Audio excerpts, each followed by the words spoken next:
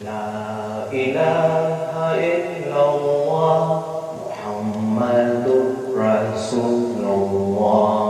La ilaha illallah Muhammadur Rasulullah.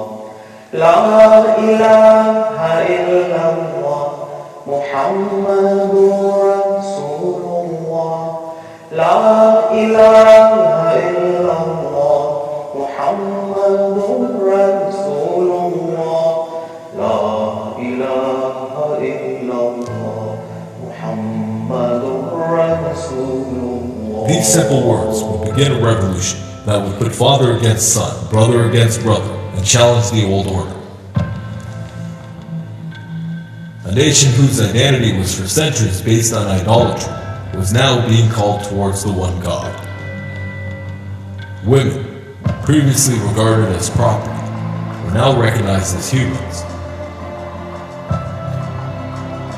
The weak and the oppressed ran towards Islam because its teachings upheld justice and abolished slavery, stressing equality.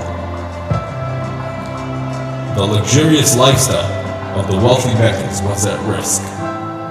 The thought of being equal to their subordinates led them to increase the persecution.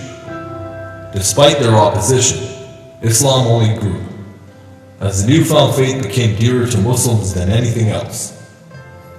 The Meccans were forced to threaten Muhammad to abandon his mission or be prepared for unprecedented persecution. Muhammad's powerful response gives testimony to his conviction. By God, he said, if they put the sun in my right hand and the moon in my left, on condition that I abandon this course, I would not abandon it.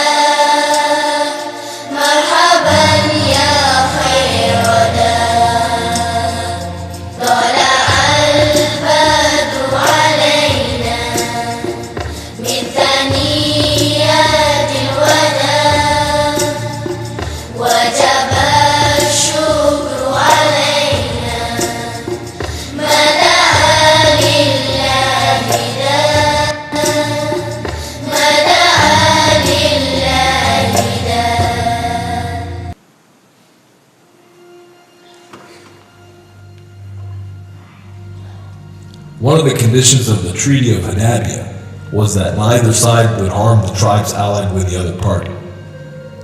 The Meccans broke the treaty when they helped their allies attack one of the Muslim allies. The Meccans had resorted to violence during the ceasefire, and the future of Islam was at risk. They breached a one-sided treaty, adding fuel to an already volatile situation. Muhammad realized he had no option but to march on to Mecca. Once he fled for his life as a helpless refugee, but now, 8 years later, he marched into Mecca with 10,000 faithful followers as a victor. Muhammad gathered the Meccans and announced to them, bear in mind that every claim of privilege, whether that of blood or property, is abolished. People of Quraysh, surely God has abolished from you all pride of your time of ignorance and all pride of your ancestry. Now you have to understand that for Muhammad, this was not like any other victory. This was not like the victories of other kings over their peoples. The Meccans had exiled Muhammad from his birthplace, had chased him to Medina, waged war against him, incited other tribes around the area to wage war against him as well. These were the people who had murdered his uncle, had caused the death of his daughter even, had murdered hundreds of his friends and followers. So now, as Muhammad entered Mecca as the undisputed victor of this long, drawn-out conflict, the tables had now turned.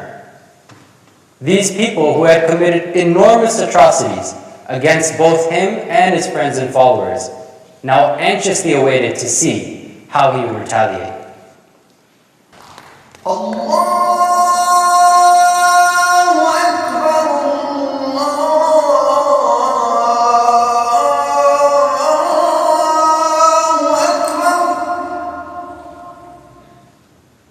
أشهد أن لا إله إلا الله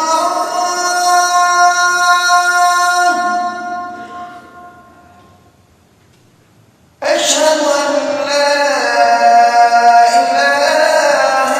إلا الله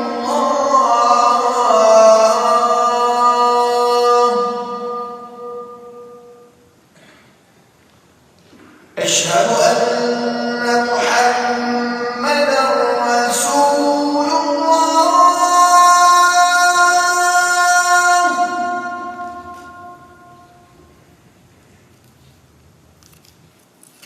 is the legacy of Muhammad.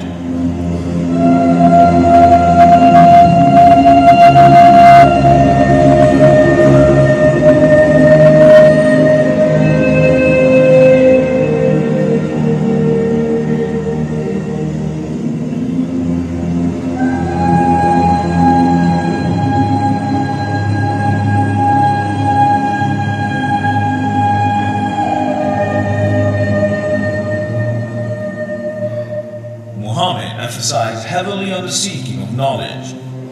His successors followed his word after his demise. While Europe was lost in the Dark Ages, Muslims flourished in the fields of science, notably medicine and astronomy. The coming of Islam and Muhammad brought the establishment of justice, of rights, the emancipation of women, and the freedom of slaves. He taught that no one is superior over another simply because of skin color. History is scattered with incidents of religious injustice. The Christians suffered upon accepting Jesus Christ to the point they were driven to hide in caves. Time and time again, Jews are oppressed by their rulers. But Muhammad, peace be upon him, began such a revolution that goes beyond all creed and faith to maintain the peace and freedom of all people and religions. In a letter addressed to the monks of the St. Catherine Monastery in Mount Sinai, Muhammad, peace be upon him, granted them all aspects of human rights, including the freedom to worship, freedom to appoint their own authority, to own and maintain their property, exemption from military service, and the right to be protected in times of war. When Umar, the second caliph of Islam, was being escorted through the city of Jerusalem, he was invited to pray in the Church of the Holy Sepulchre. Respecting the rights of the Christians, Umar declined, saying, "If I pray in this church today, my people may annex it after I am no longer here to protect your rights."